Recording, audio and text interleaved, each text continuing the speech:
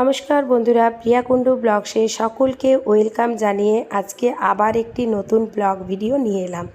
কেমন লাগলো অবশ্যই কিন্তু কমেন্ট করে জানাবে তোমরা। আর যেসব বন্ধুরা এখনও পর্যন্ত চ্যানেলটিকে সাবস্ক্রাইব করনি তারা তাড়াতাড়ি করে চ্যানেলটিকে সাবস্ক্রাইব করে দাও। আর তোমরা দেখে অবাক হয়ে গেছো এত বড় সাইজের চিতল মাছ। হ্যাঁ বন্ধুরা, এটা একটা 4 কেজি সাইজের চিতল মাছ ছিল। আমি অনেক দিন পর শ্বশুরবাড়ি গিয়েছিলাম। বাবা এসে বলে একটা 4 কেজি সাইজের চিতল মাছ উঠেছে পুকুরে, নেবে কি?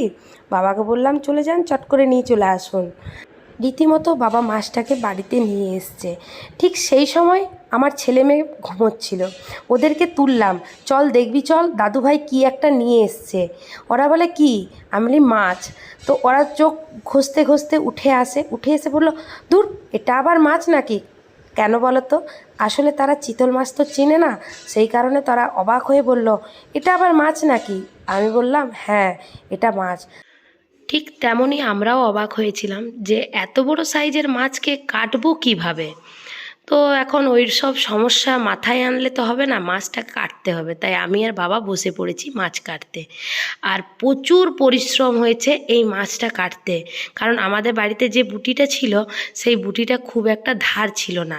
তো দেখছো, একবার বাবা ধরবে একবার আমি ধরবো। যাই হোক, শেষ পর্যন্ত বাবা আর আমি মাছটা কি কাটতে পারলাম কি না সেটা তোমরা দেখো সম্পূর্ণটা, তাহলেই বুঝতে পারবে যে কতটা পরিশ্রম করেছি আর বাবা আর আমি পুরোটা কাটতে পেরেছি কি না। তো কেমন লাগলো ভিডিওটা অবশ্যই কমেন্ট করে জানাবে।